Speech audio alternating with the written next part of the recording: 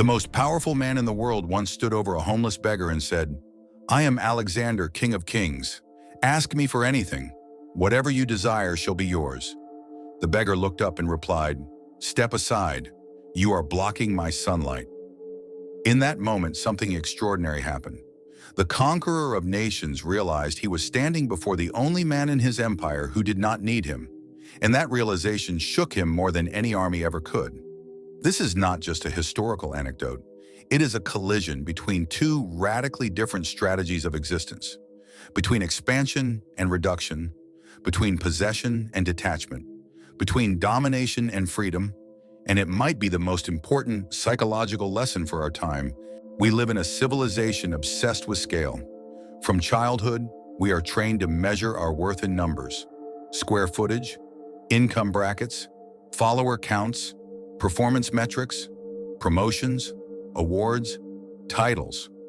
We are told that more equals better, more success, more recognition, more power, more consumption. Human history reads like a fever dream of expansion. Empires stretch across maps. Corporations swallow competitors. Personal brands become digital kingdoms. The algorithm rewards amplification. We have internalized a dangerous belief: if I expand enough, I will finally feel complete. In the 4th century BC, one man embodied this belief in its purest form. His name was Alexander. Young, brilliant, ruthless, magnetic.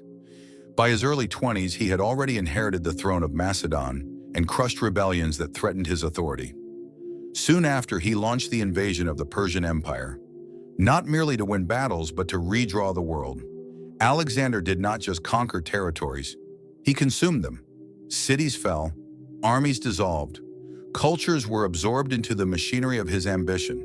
Egypt, Babylon, Persia, lands that had seemed immovable bent beneath his will. He believed his destiny was cosmic.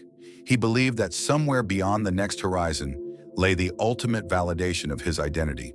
But there is a paradox hidden inside expansion. The more you conquer, the more you must defend. The more you acquire, the more you fear losing. The higher you rise, the further you can fall. Alexander was chasing infinity, and infinity cannot be satisfied. At the very same time, in the city of Corinth lived a man who moved in the opposite direction. If Alexander was racing toward the infinite plus, this man was descending toward absolute zero. His name was Diogenes. He owned almost nothing. He slept inside a massive clay storage jar, often mistakenly called a barrel. He wore a simple cloak. He begged for food. He rejected status, wealth, social conventions, and political ambition. People called him the dog. He accepted the insult. Dogs do not pretend. Dogs do not accumulate. Dogs do not worry about public opinion. Dogs are not ashamed of their natural instincts. Diogenes believed that civilization had corrupted human beings, that artificial rules, etiquette, and endless desires had turned people into anxious performers. He saw citizens dressed in fine garments, yet spiritually enslaved.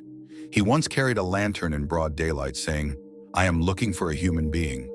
Not a politician, not a merchant, not a decorated general, a human being, someone who was not owned by their cravings. Diogenes did not simply preach minimalism, he weaponized it. He eliminated everything that stood between himself and reality. There is a story that he threw away his only cup after seeing a boy drink water from his hands. If the boy could do without it, then the cup was excess. Reduction was his rebellion. And one day, reduction confronted expansion. Corinth was electrified with anticipation. Alexander had just been appointed leader of the united Greek forces preparing to invade Persia. The city erupted in admiration. Philosophers, politicians, and wealthy elites lined up to greet him. Everyone wanted proximity to power. Everyone wanted something, except one man. Diogenes did not attend the reception. He did not bow. He did not send congratulations. He did not care. For a ruler accustomed to universal recognition, indifference is intolerable. Alexander decided to visit him personally. Imagine the scene: a dusty street under the Mediterranean sun, the rhythmic clang of armored sandals, polished bronze reflecting daylight, purple cloaks moving like banners of authority. This was concentrated power. Disciplined, lethal, unquestioned. And there on the ground, beside a clay jar, lay a half-naked old philosopher, resting in the sunlight. He did not stand up. He did not show fear. He did not perform respect.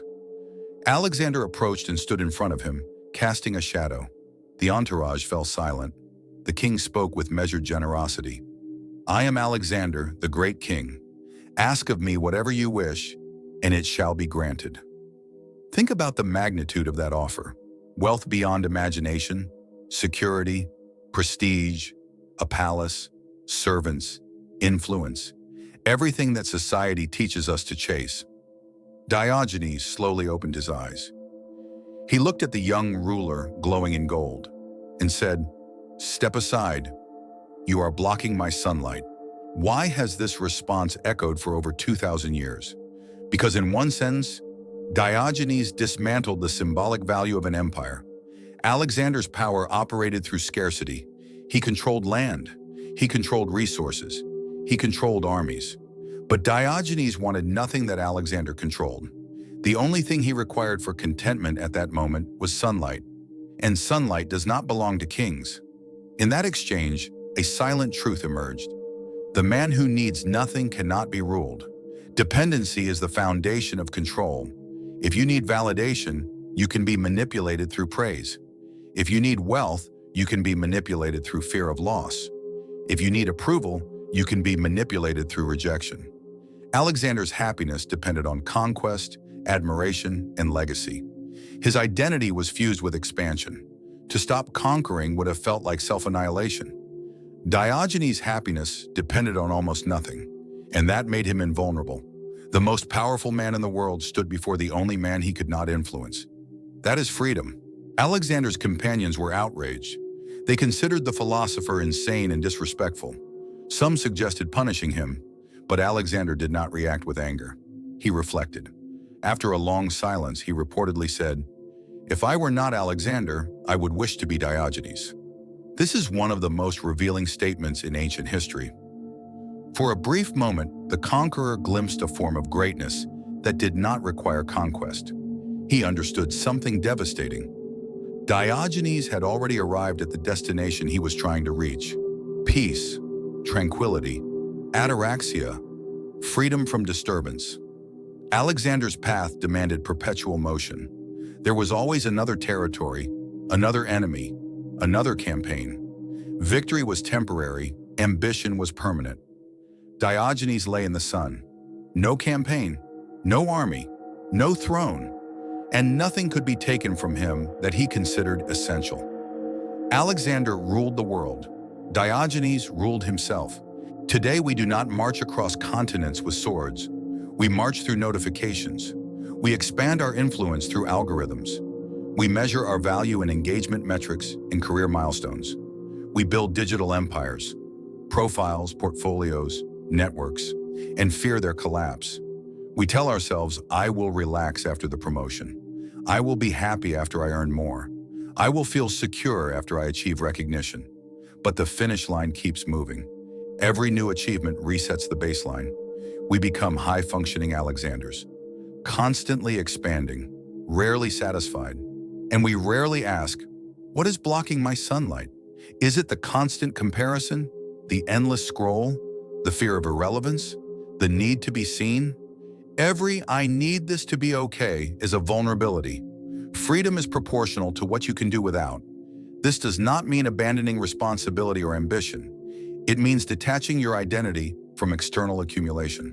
You can build, but do not become what you build. You can earn, but do not let your worth depend on earnings. You can lead, but do not let power define your peace. Diogenes did not reject society out of bitterness. He rejected dependency.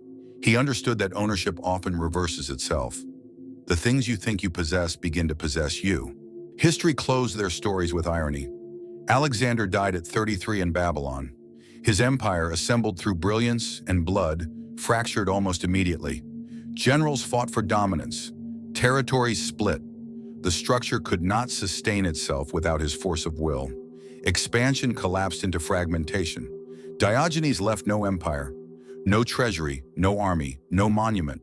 He left an idea, The idea that a human being can be sovereign without territory, that internal independence is a higher form of power than external domination, that needing less is not weakness, it is strategic invulnerability. Empires decay, self-mastery endures. This story is not asking you to live in a barrel. It is asking you to examine your dependencies. Who or what is standing between you and your sunlight? Whose approval governs your decisions? Which possessions quietly dictate your anxiety? Which ambitions are yours and which were implanted? You do not have to renounce the world. You have to stop begging it for identity. The moment you reduce what you require to feel whole, you expand your freedom. The moment you stop negotiating your peace for external rewards, you become untouchable. True greatness is not measured by how many people look at you. True greatness is measured by how little you need from them. On that day in Corinth, a king offered the world. A philosopher asked for space. And perhaps the most radical act in any era is simply this: step aside. You are blocking my sunlight.